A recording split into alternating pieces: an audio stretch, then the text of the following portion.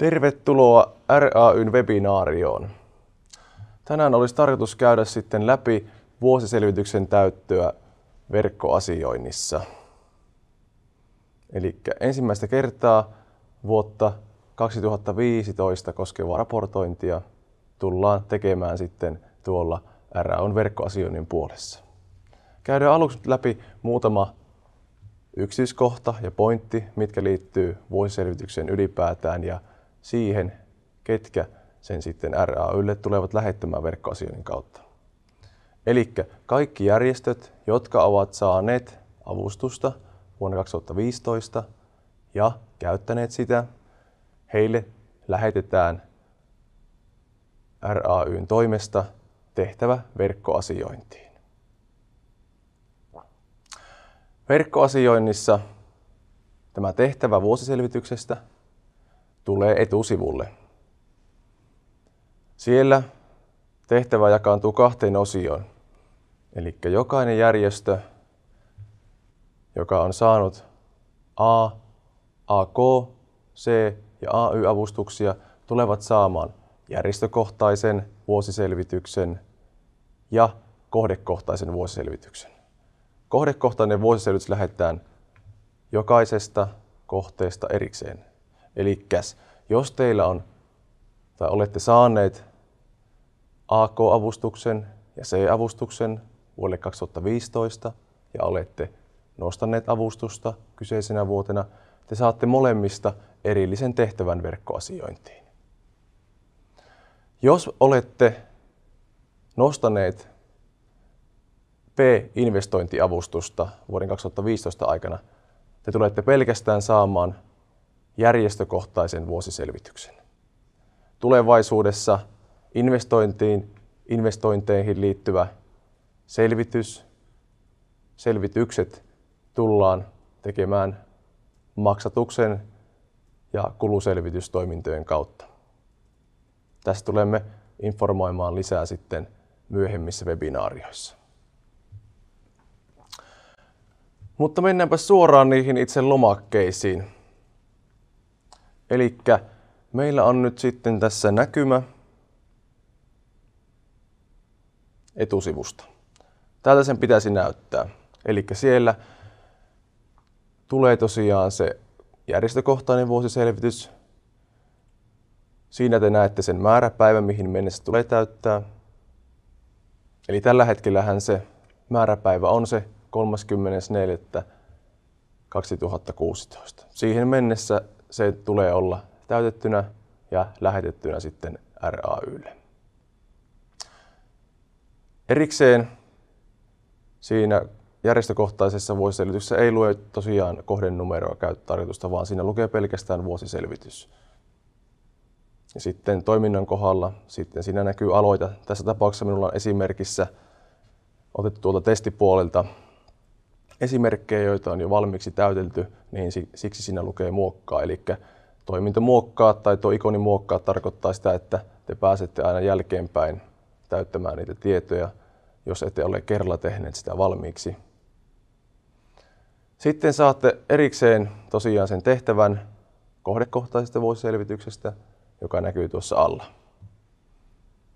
Sen osalta näette taas sen päivämäärän, mihin päivän mennessä tulee palauttaa RAY:lle, ja se on tietysti se sama päivämäärä, joka on myös tuolla järjestökohtaisella vuosiselvityksellä.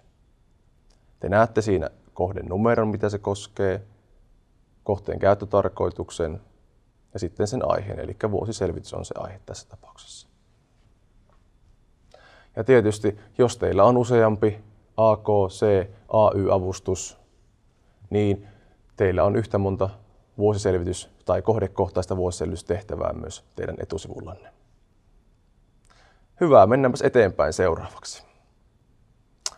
Eli käydään läpi ensin tätä järjestökohtaista vuosiselvitystä, joka nyt koski sitten kaikkia avustuksen saajia, jotka ovat nostaneet avustusta vuonna 2015. Siellä me näemme, että siellä on 3 erillistä kohtaa ja liitteet ja sitten yhteyshenkilöt vielä päälle. Eli ensin tulee täyttää järjestötoiminnan tietoja, sitten kysytään määriä yhdistyksen rinnakkaisorganisaatioista ja niihin liittyvistä hallintomuodoista. 3. kohta koskee sisäistä valvontaa. Ja sitten, kuten äsken mainitsin, siellä on näitä liitteitä, joista osa on pakollisia ja osa sitten vapaaehtoisia ja osa ei välttämättä koske teitä lainkaan. Mennäänpäs eteenpäin. Eli nyt mulla on avattuna tämä ensimmäinen osio siitä, eli tämä järjestötoiminnan tiedot. Sieltä teille kysytään ensiksi, että onko avustuksen saaja jonkin sosiaali- ja terveysalan keskusjärjestön tai liiton jäsen. Ja tämä on kyllä ei-vastaus. Siinä alla sitten teitä pyydetään luettelemaan ne keskusjärjestöt ja liitot, joihin kuulutte. Tähän annetaan sitten se kirjallisesti se vastaus ja luetellaan ne tuohon allekkain, mihin järjestöihin, keskusjärjestöihin ja liittoihin mahdollisesti kuulutte. Seuraavassa kohdassa me pyydämme teitä erittelemään teidän henkilöstömääriä ja vapaaehtoisten tai toimintaan osallistuvien vapaaehtoisten määriä. Tämähän koskee sitten teidän koko toimintaa, eli kun pyydetään teitä raportoimaan ja erittelemään näitä määriä henkilöstöstä ja vapaaehtoisista, tarkoitamme sillä järjestön kaikkia toimintaa, eli tässä tapauksessa myös muuta kuin RAY-avusteista toimintaa. Eli siellä näitä lukuja tulee syöttää sen tilanteen mukaan, mikä teillä on tilinpäätösvaiheessa ollut, eli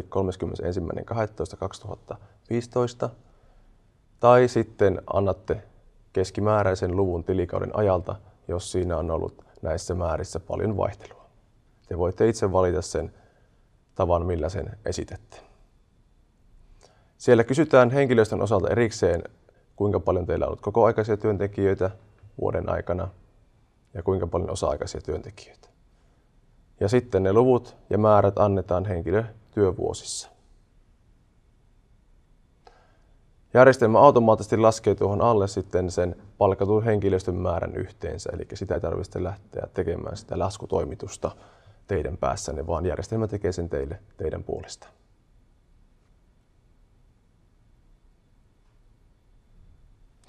Sitten seuraavaksi siellä kysytään sukupuolijakaumaa.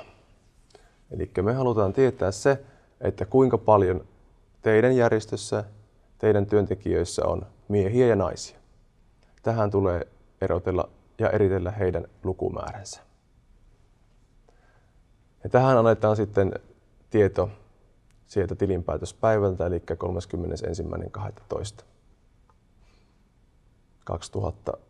31.12.2015. Seuraavassa kohdassa, kuten alussa mainitsin, niin sitten kerrotaan lukumäärä, kuinka paljon toiminnassa on ollut mukana vapaaehtoisia. Ja tämä tosiaan koskee sitä koko toimintaa, eli arvioitte vapaaehtoisten määrän RAY-avusteisessa toiminnassa plus kaikessa muussa toiminnassa, mitä teillä on. Ja missä on mukana ollut sitten vapaaehtoisia. Seuraavaksi siellä on osio, jossa kysytään hieman tarkemmin tietoja numeerisesti teidän tilinpäätöksestä. Tämä vastaa joltain osin sitä vanhaa raportointimallia, jossa 3752 lomakkeella kysyimme teiltä tietoja tilinpäätöksestä. Kuten näkyy nyt, niiden tietojen antamisen määrä on vähentynyt ja se on keskittynyt numeerisesti muutamaan kysymykseen. Eli me pyydämme teitä raportoimaan tilinpäätöshetken luvut siitä, mitkä ovat järjestön tuotot olleet yhteensä tilikauden ajalla. Tähän kenttään tulee erikseen myös erotella sitten ne nostetut RAY-avustukset yhteensä. Sitten jos te saatte muita julkisia tukia, esimerkiksi olette saaneet avustuksia kunnalta, valtiolta tai sitten näistä kansainvälisistä rahoitusvälineistä, kuten EUn sosiaalirahastosta, niin tässä tapauksessa nämä avustukset tulee esittää tässä kohdassa. Sitten siellä erikseen kysytään elinkeinotulosta tai elinkeinotoiminnasta syntyneistä tuotoista. Eli se koskee EVL:n alaisen toiminnan määrää yhteensä. Ja jos teillä esimerkiksi on palvelutoimintaa, josta te maksatte veroja ja olette sen eriyttäneet teidän kirjanpidossa, tai se voi olla myös osa teidän osa sitä järjestön organisaatiota ja kirjanpitoa sitä kautta, niin tähän tulee sitten se elinkeinotoiminnan osuus kuitenkin eritellä. Sitten meillä sillä lopussa on vielä tämä osio näistä jäsenmaksuista, ja tähän sitten ilmoitatte sen määrän, jonka olette saaneet tilikauden aikana sitten jäsenmaksuina tilillenne. Hyvä, mennäänpäs eteenpäin. Eli vielä tämä järjestökohtainen vuosiselvitys jatkuu. Seuraavaksi, kun tuossa aikaisemmin kysyttiin tuottoja, niin sitten se seuraava osio koskee kuluja. Eli tässä osiossa erottelette sen, kuinka paljon RA-avusteisessa toiminnassa on ollut tilikauden aikana henkilöstökuluja ja muita kuluja. Ja edelliseen tapaan tässäkin järjestelmä laskee yhteen ne luvut. Ja sitten saatte sen arvon, että kuinka paljon RA-avusteisessa toiminnassa on ollut yhteensä kuluja tilikauden 2015 aikana. Seuraavassa osiossa kysymme muita varsinaisen toiminnan kuluja. Eli tämä tarkoittaa niitä kuluja, mitkä eivät ole sitten mennyt niille RAY:n kustannuspaikoille tai mitkä eivät ole syntyneet siitä RAY-avusteisesta toiminnasta, vaan nämä on sitten niitä muita kuluja, mitä yhdistyksellä, säätiöllä tai muilla yhteisöillä, jotka meiltä avustuksia saavat, yleensä on. Eli tänne erotellaan henkilöstökulut, muut kulut ja sitten vielä, tai sitten se järjestelmä edelleen laskee ne yhteen sinne alas. Ja sitten siellä on vielä osio poistoista. Eli jos teillä on ollut taseessa käyttöomaisuutta, josta olette tehneet poistoja tilikauden aikana ja ne olette tuloslaskelmaa ilmoittaneet, niin tähän kohtaan tullaan sitten kirjaamaan ne tilikauden aikaiset poistot.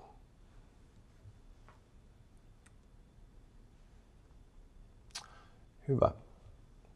Seuraavaksi mennään siihen osioon 2, eli hallintamuotoihin.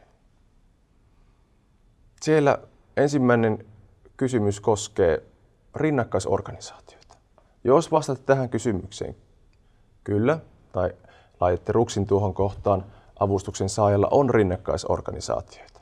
Silloin teille avautuu eteenne tämä taulukko, matriisi, jossa teitä pyydetään lukumääräisesti ilmoittamaan, kuinka paljon teillä kyseisiä rinnakkaisorganisaatioita on. Eli olemme jo valmiiksi luetelleet siihen nämä mahdolliset yhteisömuodot rinnakkaisorganisaatioiden osalta, ja teidän tulee nyt sitten vain merkata siihen lukumäärä, että kuinka monta rinnakkaisorganisaatiota teillä on esimerkiksi, kuinka monta osakeyhtiötä tai kuinka monessa osakeyhtiössä teillä on määräysvalta,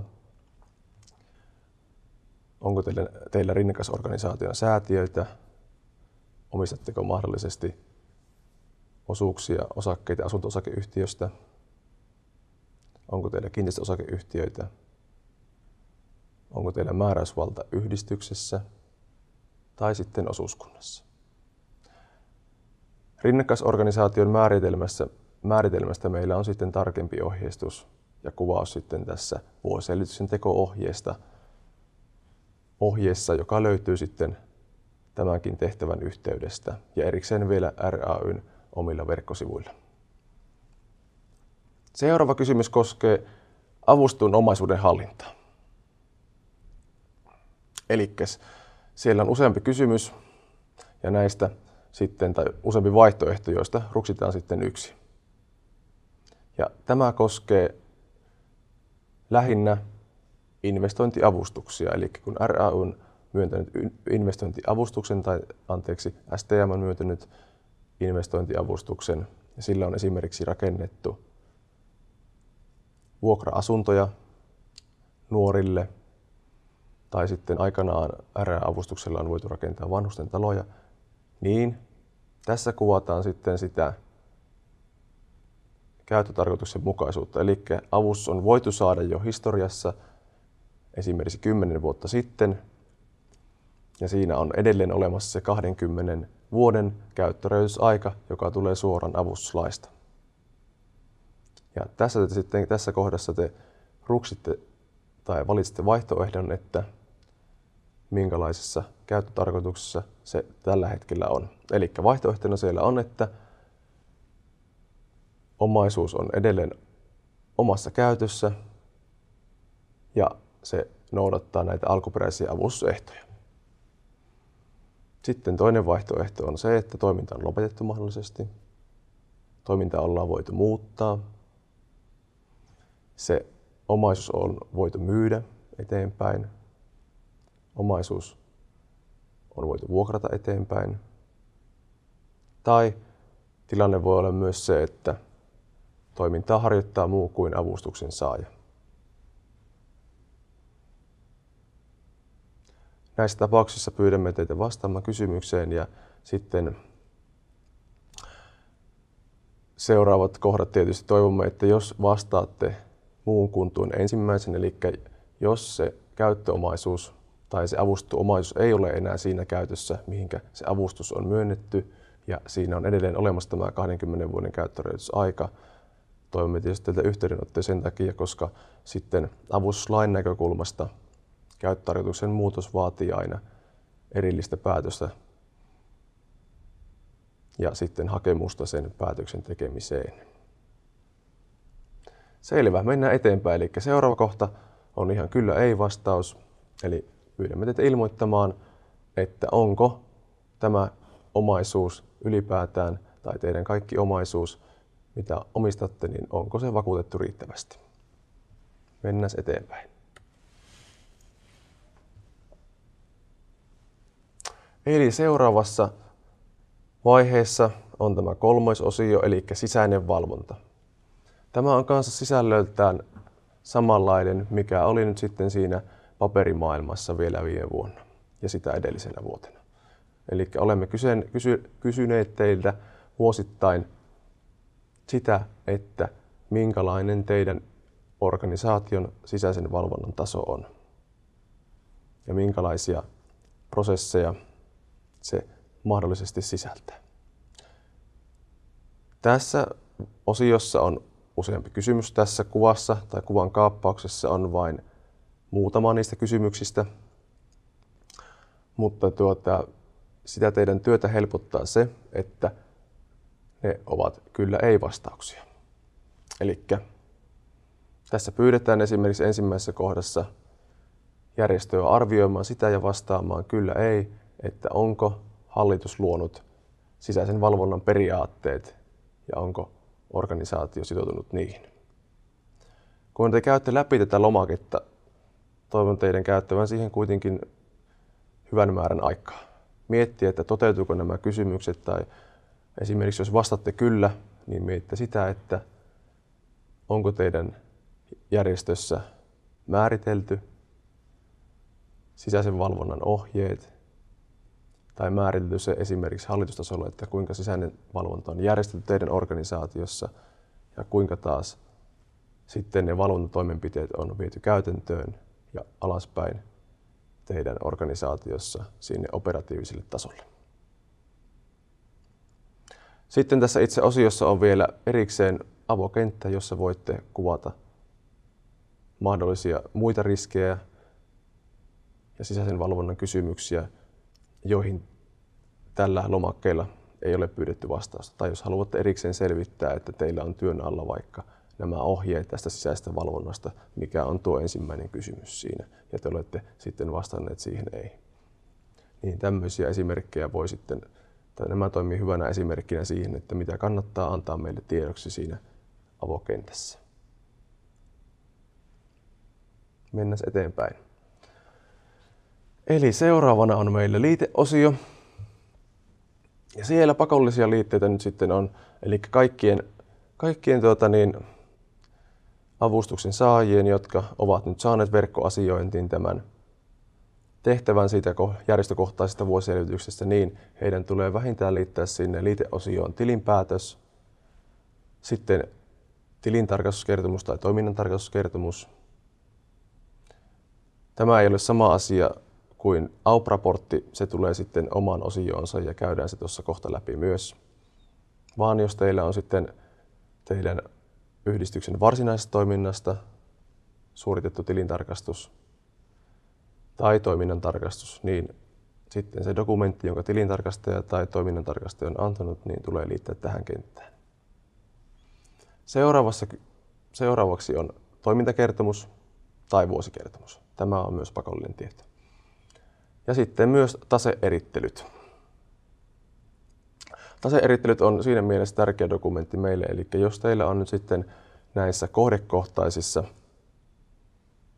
kohdekohtaisesti syntynyt siinä avustuksen käytössä siirtyviä eriä, niin kun me käymme täällä avustusosastolla sitten läpi näitä vuosiselvityksiä, niin katsomme sitten tarkkaan sitä, että onko ne siirtyvät avustukset sitten aktivoitu tuonne tilinpäätökseen taseen puolelle. Eli jos teillä on siirtyvä avustus, joka on saaminen, se tulee saaminen siis RAYltä, niin se tulee kirjata sinne taseeseen. Tai jos se on ennakko, eli velkaa RAYlle, myös se tulee esittää siellä taseerittelyissä ja taseessa ylipäätään. Konsernitilinpäätös ei ole pakollinen liite, koska kaikki järjestöt eivät muodosta konsernia, heillä ei ole niin paljon tai teillä ei ole niin esimerkiksi rinnakkaisorganisaatioita tai sitten sen konsernin koon puolesta ne kirjanpitolain raja-arvot eivät ylity, eli teidän ei tarvitse siinä tapauksessa tehdä konsernitilinpäätöstä. Tämän takia vain ne järjestöt, joilla konsernitilinpäätös on, niin se tulee tähän liitteen. Seuraavana on tämä tärkeä kohta, eli tähän liitteet-osion jälkeen tai yhteydessä on kysymys siitä, että edellyttääkö toiminta AUP-raportin toimittamista. Eli tässä kohdassa vastatte kyllä, jos RAY-avustuksia on yhteensä käytetty 2015 vuoden aikana minimissään se tai vähintään 50 000 euroa. Eli tähän summaan 50 000 euroa lasketaan ne kaikki avustukset yhteensä. Eli jos teillä on esimerkiksi 2 tai 3 eri avustusta, eli vaikka 2 AK:ta ja 1 C-avustus, niin sitten näiden käyttö lasketaan yhteen, ja jos se summa on 50 000 tai yli sen, niin teidän tulee sitten toimittaa se AUP-raportti, jonka sitten tilintarkastaja tekee. Jos puolestaan tämä ehto ei täyty, niin vastatkaa tähän ei. Tästä käymme vielä sitten tuossa itse tämän webinaarin loppupuolella sen ohjeen tai kerromme, että kuinka se AUP sitten tulee sinne tehtäväksi erikseen nyt verkkoasiointiin. Eli kun te tässä raksitte kyllä, niin siinä vaiheessa kun te lähdette erikseen tai lähdette sen eteenpäin nyt sitten meille RAY:hyn, niin siinä vaiheessa tulette saamaan, tai se automaattisesti sitten järjestelmä lähettää teille uuden tehtävän tästä AUP-raportin täyttämisestä. Tämä on jouduttu erittämään tästä järjestökohtaisesta vuosiselvityksestä sen takia, että jotta tilintarkastajat saavat tämän vuosiselvitysmateriaalin muuttumattomana, niin tässä tapauksessa sen tulee teille tehtäväksi vasta sen jälkeen, kun te olette lähettäneet sen RAYlle ja sitä materiaalia ei voi enää muokata sitten järjestön päässä. Hyvä, mutta mennäänpäs eteenpäin.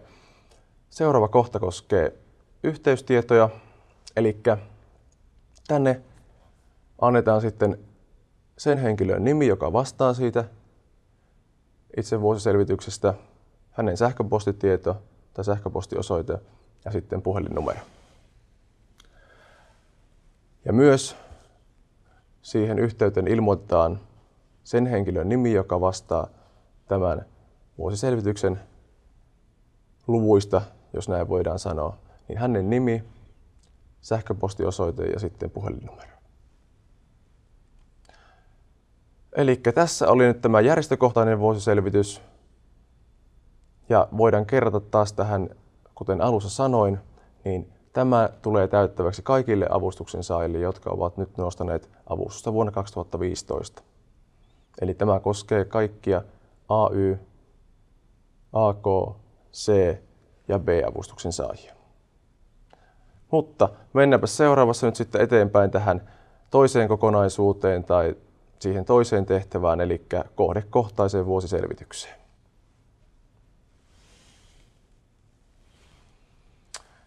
Eli tuossa alussa oli se etusivukuva.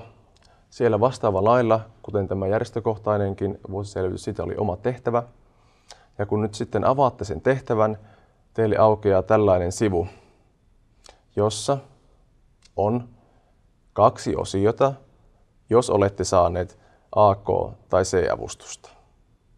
Olen ottanut tähän esimerkkiin nyt mukaan AY-avustuksen, koska AY-avustuksen saajille, eli yleisavustuksen saajille, on nyt sitten vielä tässä kohdekohtaisessa vuosiselvityksessä 3. osio. Mutta AK- ja C-avustuksia koskee pelkästään nuo osiot 1 ja 2. Ja järjestökohtaisen vuosiselvityksen tapaan te voitte avata sen vuosiselvityksen ohjeen tuosta symbolista Katso ohje. Ja se avaa tosiaan teille sen kohdekohtaisen vuosiselvityksen ohjeen kokonaisuudessaan. Te voitte lukea myös ohjetta samaan aikaan, kun täytätte sitä hakemusta, tässä tapauksessa vuosiselvitystä. Eli kun te avaatte sen ja rupeatte täyttämään sitä, niin siellä otsikkojen kohdalla siellä on kysymysmerkki palluroita, josta näette ohjeen kyseiseen kohtaan, eli ohjeen siitä, mitä siihen kyseiseen kohtaan tulisi antaa tiedoksi, tai mitä tietoja siinä tulisi antaa. Hyvä, mennään eteenpäin. Eli siellä on ensimmäisenä tehtävänä sitten palkkatiedot ja sitten talousarvion ja toteuman esittäminen. Mennään ensin katsomaan noita palkkatietoja. Palkkatietojen kohdalla teille avautuu samanlainen näkymä, mikä nyt sitten on ollut käytössä hakemusten osalta vuonna 2016. Tietysti olette nyt täyttäneet 2015 vuoden hakemukset vielä paperisena, jolloin tämä kohta nyt ei sitten välttämättä vastaa sitä. Mutta sisällöltään tämä on hyvin selkeä, eli tässä ilmoitatte sitten sen henkilöstön määrän tai henkilöstön, joka on työskennellyt kyseisellä avustuskohteella sen raportointivuoden aikana. Jos sillä kohteella ei ole työskennellyt henkilöstöä, niin siinä tapauksessa valitsette tuossa ensimmäisessä kysymyksessä kohdan kohteeseen ei liity palkattua henkilöstöä, jolloin teille ei avaudu erikseen tämmöistä taulukkoa, jossa tullaan erittelemään se henkilöstön tai jokaisen työntekijän sitten nimikkeet ja tehtävän kuvaukset ja työajat erikseen. Mutta tässä tapauksessa, kun suurimpaan osaan toimintoja ja hankkeita liittyy työntekijöitä ja suurin osa kuluista syntyy sitten henkilöstökuluista ja henkilöstön palkkaamisesta, niin tässä osiossa teidän täytyy eritellä jokainen työntekijä sitten erikseen. Elikkä tässä kohdassa kysymme työntekijän nimikettä. Esimerkkinä voidaan käyttää vaikka projektipäällikkö. Sitten tehtävän kuvaukseen tai kuvauksessa kerrotte, mitä tämä projektipäällikkö on tehnyt tai mitä hänen toimenkuvansa kuuluu. Mitä tehtäviä hän kyseisessä hankkeessa esimerkiksi tekee ja minkälaisia vastuuta hänellä on suhteessa organisaatioon ja suhteessa mahdollisesti muuhun henkilökuntaan, joka työskentelee tällä kohteella. Sitten siellä eritellään toteutunut bruttopalkka kuukaudessa. Sitten eritellään myös sen bruttopalkan tai RAY:n rahoituksen osuus tästä bruttopalkasta per kuukausi. Nämä ovat numerisia tietoja, eli sinne syötetään sitten euroja. Sitten kohdassa työaikakohteille pyydetään teitä kertomaan, että kuinka monta kuukautta tai kuinka monen kuukauden, tai voidaan sanoa näin, että kuinka monta kuukautta tämä työntekijä on nyt sitten työskennellyt tässä projektissa. Tämä kysymys on ollut sitten alkujaan jo hakemusvaiheessa erittäin tärkeä, kun ollaan sitten mitoitettu sitä avustusta, kun on otettu huomioon nämä henkilöstökulut. Eli tässä kuvataan sitä, että kuinka paljon se työntekijä nyt sitten on kuukausina tehnyt töitä tälle kohteelle. Eli yleensä kun projekti alkaa, se työssäolokuukausien määrä tässä tapauksessa raportointivuoden aikana ei ole välttämättä 12 kuukautta, vaan on yleistä, että kun avustuspäätös ollaan saatu tammikuun lopussa tai helmikuun alussa, jolloin sitä avustusta päästään käyttämään, niin on normaalia, että siihen hankkeen käynnistämiseen kuluu yleensä aikaa 1-2 kuukautta, jolloin on hyvin normaalia, että projekti ja sen työntekijät pääsevät, tai projekti alkaa ja työntekijät palkataan esimerkiksi maaliskuussa tai jopa huhtikuussa. Tässä tapauksessa se työssäolokuukausien määrä ei ole 12, vaan pienempi, eli tässä tapauksessa 8.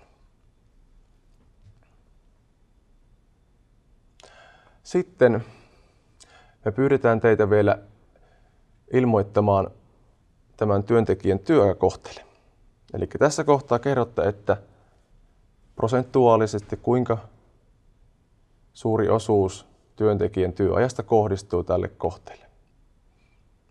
Eli on tapauksia, jolloin se on 100%. Silloin tähän kirjoitetaan 100 ja se tarkoittaa sitä, että tämä työntekijä tekee pelkästään työtä tälle kohteelle. Sitten on mahdollista myös, että tämä sama työntekijä, esimerkiksi projektityöntekijä, tekee töitä 2 eri hankkeille. Ne hankkeet voivat olla RAY-rahoitteisia tai sitten rahoitus voi tulla myös muista lähteistä tai tämä työntekijä tekee esimerkiksi työtä ESR-hankkeille tai sitten palvelutoiminnan puolella. Tähän pyydämme teitä kuitenkin ilmoittamaan sen toteutuneen työajan raportointivuoden ajalta prosentteina. Sitten siihen alas aukeaa tai on tämmöinen lisätietokenttä, jossa kuvaatte, että mitä muita tehtäviä tämä työntekijä on sitten tehnyt, mitä muita tehtäviä kuin RAY-avusteisen toiminnan tehtäviä tämä henkilö on tehnyt vuoden aikana. Ja jos tällä kohteella tai tämä työntekijä on sitten tehnyt tätä jaettua työaikaa tai hän on tehnyt työtä myös muuhun kuin RAY-rahoitteisen toimintaan, niin tässä tapauksessa me edellytämme, että teiltä löytyy tämä kohdekohtainen ja sitten tuntikohtainen työajan seuranta. Ja sitten siinä onkin alareunassa tämän avoimen kentän jälkeen ruksi, johon laitatte sitten raksin ruutuun tai klikkaatte sitä, että teillä on ollut tosiaan tämä työajan seuranta käytössä, jos sillä kohteella on ollut jaettuja työsuhteita.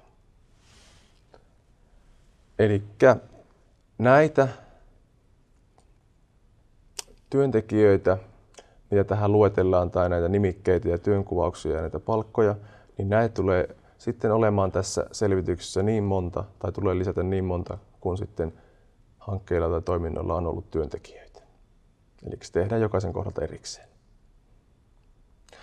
Sitten siellä on vielä kohta tuntipalkat, eli tähän ilmoitatte summan, minkä olette maksaneet raportointivuoden aikana tuntityöntekijöille.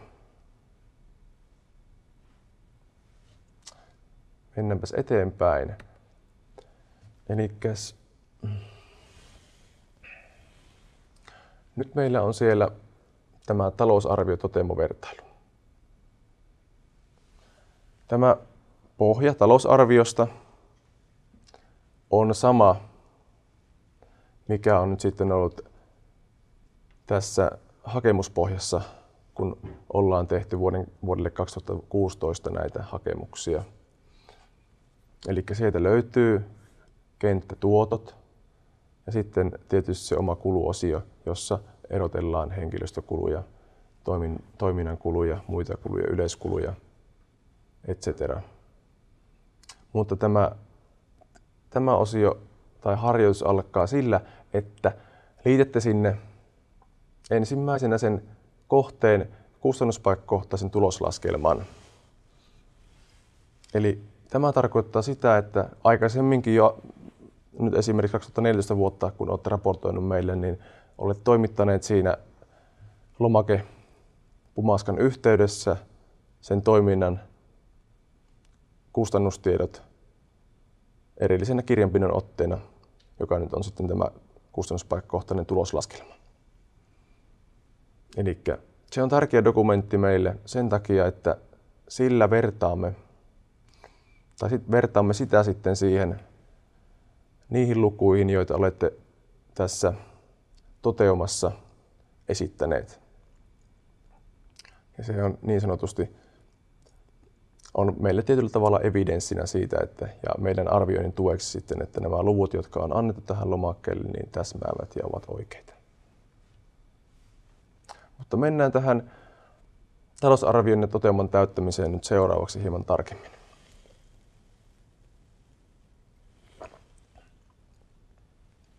Eli ensimmäinen kohta tuossa tuotoissa koskee RAY-avustusta. Tässä minun esimerkissä tämä on tullut suoraan tuolta testiympäristöstä, tämä kuvankaappaus, ja siellä puolella nämä maksut ja avustukset ovat nyt sitten rullanneet jouhevasti, eli se toimii niin sanotusti kokonaan verkkoympäristössä. Mutta teidän tapauksessannehan 2015 vielä mitään tietoa ei ole ollut verkkoasioiden puolella, vaan kaikki on tapahtunut sitten sen paperihakemusten kautta, ja sitten te olette tehneet myös maksuja tai hakeneet maksuja paperilomakkeiden kautta. Jos teillä on esimerkiksi ollut maksutavana maksupyyntö tai maksusuunnitelma. Automaattimaksut on tullut sitten teille suoraan tilille ilman muita toimenpiteitä aina avustuspäätöksen jälkeen. Mutta nyt tänä vuonna, kun täytetään ensimmäistä kertaa tätä tällä verkkoasioinnin puolella ja mikään ei tule vielä luku automaattisesti tuolta järjestelmästä, niin tähän te tulette syöttämään sen ensinnäkin tuohon suunniteltukohtaan sen avustuspäätöksen mukaisen summan, joka teille on myönnetty. Kun olette ensin hakeneet RAY-avustusta ja teille on sitten myönnetty, näiden välillähän voi olla eroa, eli se haettu ja myönnetty voi erota toisistaan, niin tässä tapauksessa ilmoitte tähän kohtaan sitten sen myönnetyn avustuksen. Toteumakohtaan sen RAY-avustuksen osalta ilmoitatte te vuoden aikana nostetun avustuksen määrän, eli sen summan, mitä olette hakeneet meille esimerkiksi maksupyynnöllä maksuun ja mitä RAY on teille maksanut sitten.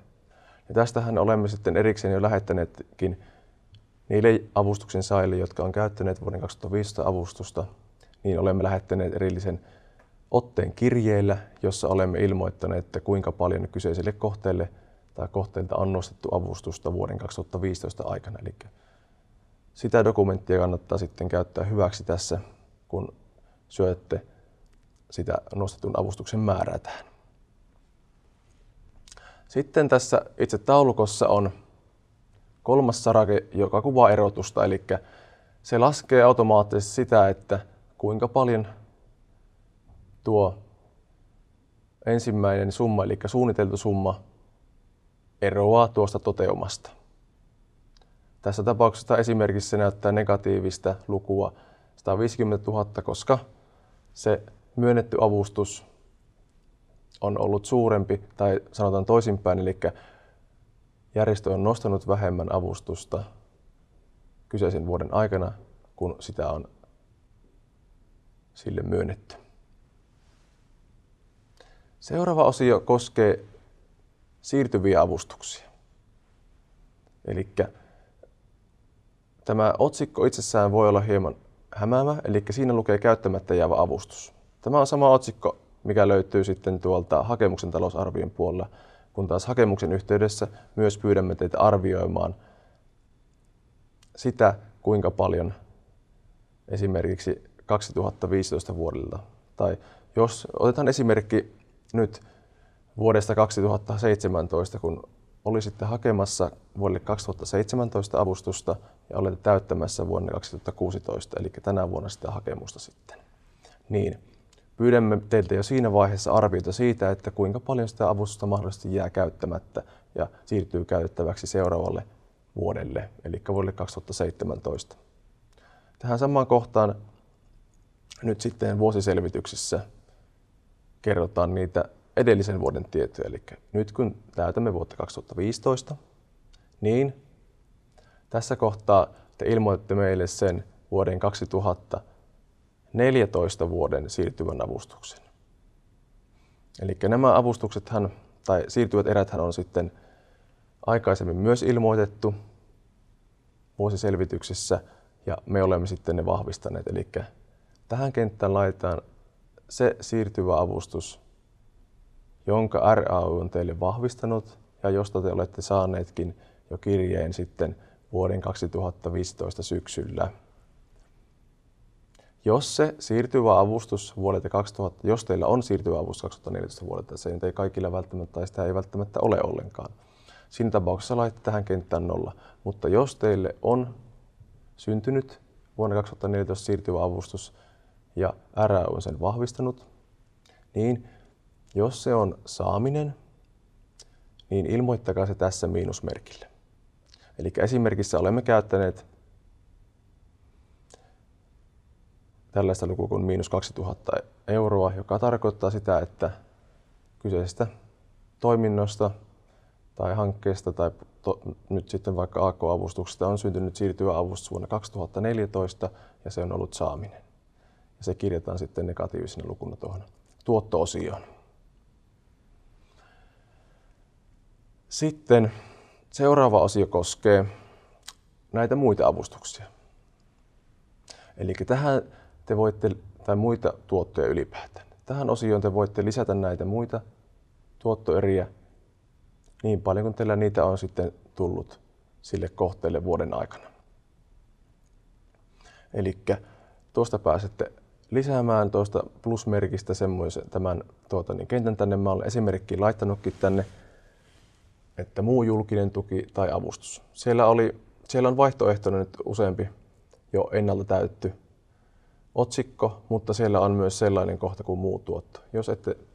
Jos mikään näistä ennalta annetuista otsikoista ei vastaa sitä teidän tuottoa, niin sitten voitte ottaa sen muu tuottorivin sieltä. Ja sitten sinne lisätään se muu tuotto, mikä on, tai muu tuotto, muu julkinen avustus, mikä on syntynyt sitten sen toimintavuoden aikana, joka on sitten kohdistettu tähän RAY-avusteiseen toimintaan ja tälle kustannuspaikalle ja tähän kohteeseen. Sitten teidän vielä pitää erikseen eritellä se, että jos kyseessä tässä muussa tuotossa on muusta julkisesta avustuksesta tai tuesta, niin teitä pyydetään erittelemään tässä, että keneltä se avustus on saatu ja mihinkä käyttötarkoitukseen. Mennään eteenpäin. Eli seuraavassa vaiheessa eritellään henkilöstökuluja. Tämä esimerkki nyt ei näytä teille sitä, että tämä taulukko näyttää sitä tässä, tämä suunniteltu osio on tyhjä. Eli kun te lähdette täyttämään sitä teidän päässä, niin teille tulee myös tähän suunniteltukenttään nyt sitten avoimet boksit, johon te sitten syötte ne luvut siitä talousarviosta, jonka olette tehneet vuoden 2015 avustushakemukseen. Eli sehän talousarvio on jo täytty vuonna 2014 keväällä tai syksyllä. Niin sen luvut syötetään tähän. Tai jos te olette päivittäneet sitä talousarvioa ja olette hyväksyttäneet sen RAY:llä mahdollisesti vuoden 2015 aikana, ja se on samalle pohjalle tehty kuin se hakemuspohja, niin voitte käyttää sitä talousarvioa tässä tapauksessa tuon suunniteltu osion pohjana. Elikkä sinne syötetään sitten luvut talousarviosta henkilöstökulujen osalta ja vastaava osuus sitten otetaan sieltä kustannuspaikan tuloslaskelmasta henkilöstökuluista ja syötetään tuohon toteumaosioon. Sitten siellä kysytään toimintakuluja. Siellä löytyy materiaalikulut, asiakaskulut, ulkopuoliset palvelut. Jos teillä kyseisiä kuluja löytyy sieltä teidän toteumasta, niin tähän tullaan syöttämään. Ja kuten tuossa alussa kuvasin, siellä kulkee taas tuo kolmannessa sarakkeessa erotuslaatikko, joka laskee sitten sitä kyseisen kululajin eroa sen suunnitellun ja toteuman pohjalta. Ja tässä toimintakulut-osiossa, kuten myös tuossa tuotto-osiossa, te voitte lisätä sinne muita toimintakulurivejä, jos sitten tuo meidän pohja ei täysin vastaa sitä teidän toteumaa. Sitten siellä on tämä osuus muista kuluista, eli tämä on kanssa samanlainen, mikä löytyy siitä nykyisestä talousarviosta. Ja tänne syötetään tosiaan nyt sitten samalla tavalla suunniteltu osio ja sitten tuo toteumaosio. Eli ositetuissa yleiskuluissa teidän tulee erotella kyseiselle kohteelle kuuluvat yleiskulut. Yleiskuluja voidaan kohdentaa R-avusteisen toimintaan ja A- ja C-kohteille siinä tapauksessa, jos ette saa yleisavustusta tai teillä on useampi avustuskohde tai teillä on yksi avustuskohde, mutta teillä on myös muuta merkittävää toimintaa. Eli jos saatte yleisavustusta, kaikki yleiskulut tulee kattaa kyseisellä avustuksella. Jos teillä on useampi R-avustuskohde, eli otetaan esimerkkinä, teillä on yksi A- ja C-avustus, niin silloin toiminnassa syntyviä yleiskuluja tulee jakaa näille kohteille tämän meidän antaman yleiskuluohjeen perusteella ja ne tulee sitten eritellä tähän selvitysosioon myös omaksi osiokseen. Eli kun niitä yleiskuluja lähdetään osittamaan ja ilmoittamaan, niin me pyydetään teitä kertomaan se yleiskulu, mikä on kysymyksessä. Eli tässä esimerkissä on taloushallintopalveluja käytetty esimerkkinä. Sitten siellä on tositemäärä ilmoitettu. Ja tämä koskee tätä kulujen jakoperusteen, eli me toivotaan, että ilmoitatte meille mahdollisimman tarkan ja sitten validin jakoperusteen, jonka te olette jo aikaisemmin sitten siinä tilikauden alussa päättäneet ja mahdollisesti hyväksyttäneet siellä hallituksessa ja olette jakaneet tätä kulua sen jakoperusteen perusteella sen tilikauden aikana. Sitten me pyydetään teitä ilmoittamaan erikseen se avustukselle kohdistuva osuus tästä yleiskulusta ja sitten myös se prosenttiosuus, mikä muodostuu tai mikä on kohdistettu sitten tästä yleiskulusta tälle kohteelle. Ja näitä voi sitten lisätä tuosta plus-kohdasta niitä yleiskulurivejä, eli on normaalia, että järjestöllä on useampia yleiskuluja. Ja siinä tapauksessa me toivotaan, että te myös ne meille erottelette ja ne tulee myös eritellä tässä vuosiselvityksessä tai kohdekohtaisessa vuosiselkkarissa. Sitten siinä on erikseen tämmöinen yhteenlaskentakohta, eli sitten kun te olette tänne laittaneet ne luvut, niin sitten järjestelmä automaattisesti laskee ne yleiskulut yhteensä.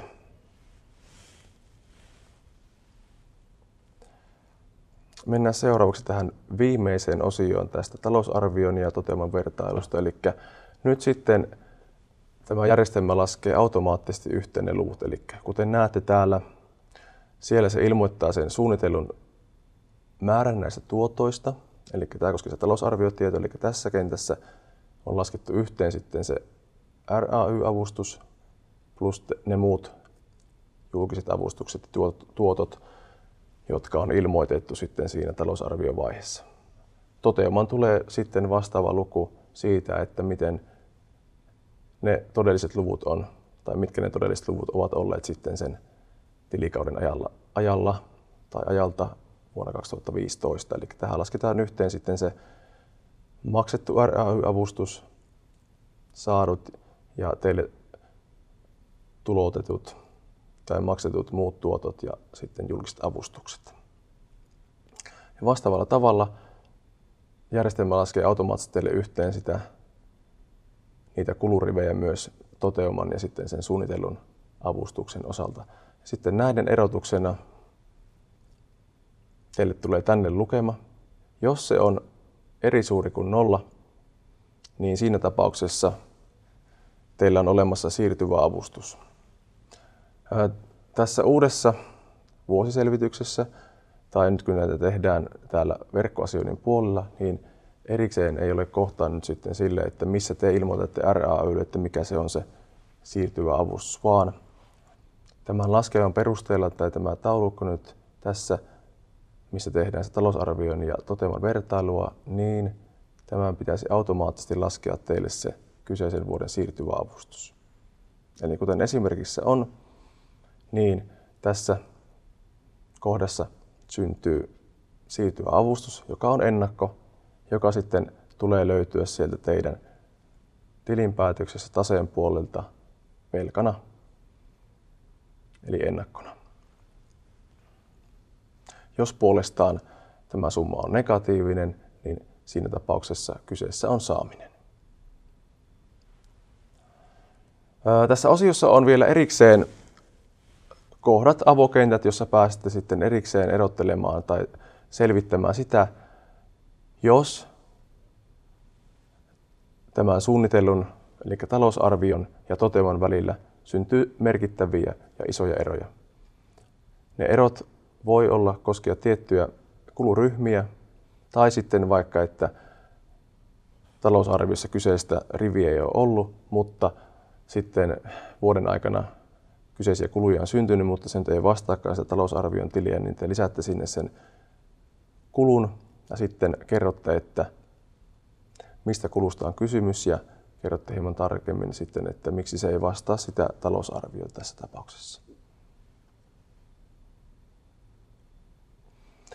Sitten tämä toinen osio, joka koskee nyt sitten kaikkia AK, C ja AY-avustuksia, mutta tämä osio on sitten viimeinen näiden AK- ja C-avustusten osalta. Eikä tässä kysytään teiltä tai pyydetään teitä erittelemään näitä ulkopuolisia palveluita ja hankintoja. Eli siellä on totuttuun tapaan, eli tänään te olette jo aikaisemmin tehnyt siinä aikaisemmissa tai viime vuonnakin tekemässänne vuosiselvityksessä, jonka olette lähettänyt meille sen paperilla. Niin vastaavaan tapaan tätä pyydetään erittelemään ne hankinnat, jotka on ylittänyt sitten sen tilikauden aikana sen 7,500 euroa. Eli sinne annetaan kuvaus palvelusta ja hankinnasta, mitä ollaan hankittu. Sitten kerrotaan, että kuka se palvelun tuottaja on ollut. Sitten kerrotaan sen hankinnan hinta, mikä on se toteuma ollut. Ja sitten myös se, että onko se hankinta kilpailutettu hankintalain mukaan. Jos se on ollut hankintalain kynnysarvot alittava hankinta, niin ollaan kilpailutettu silti. Eli esimerkiksi RAY vaatii, että kaikki vähäiset suurimmat hankinnat on kilpailutettava, joka tarkoittaa sitä, että on pyydettävä tarjouksia useammalta kuin yhdeltä, eli 2 tai 3 taholta vähintään. Sitten siellä on, tässä osiossa voitte sitten lisätä niitä hankintoja tarpeen mukaan, jos teillä on olemassa useampi yli 7,500 euroa oleva hankinta. Sitten siellä on oma osio vielä näille lähipiirihankinnoille, eli tässä teitä pyydetään ilmoittamaan sitten, että onko teillä ollut lähipiirihankintoja sen avustusvuoden aikana. Jos niitä on ollut, vastatkaa, että avustuskohteeseen liittyy lähipiirihankintoja. Sitten tässä on sen jälkeen, kun te valitsette tämän kohdan, teille avautuu avokenttä, jossa te pääsette kuvaamaan, että minkälaisia ne lähipiirihankinnat ovat olleet ja miltä tahoilta ne hankinnat on tehty. Sitten erikseen kuvataan siinä se lähipiirihankinnan tuottaja ja sitten lähipiirihankinnan hinta. Hyvä, mennä eteenpäin. Eli seuraava asia koskee pelkästään yleisavustuksia. Eli sinne avautuu nyt sitten tuohon kolmoskohtaan selvitys yleisavustuksesta ja siellä kysytään sitten, että onko avustuksen saaja saanut muuta avustusta tai julkista tukea tähän yleisavusteiseen toimintaan tai varsinaiseen toimintaan ylipäätään. Sitten me pyydämme, että te erittelette, mitä nämä muut avustukset ovat olleet. Seuraavaksi siellä on kohta, missä kysymme, että onko teillä ollut palvelutoimintaa, ja tämä on yksinkertainen kyllä ei vastaus.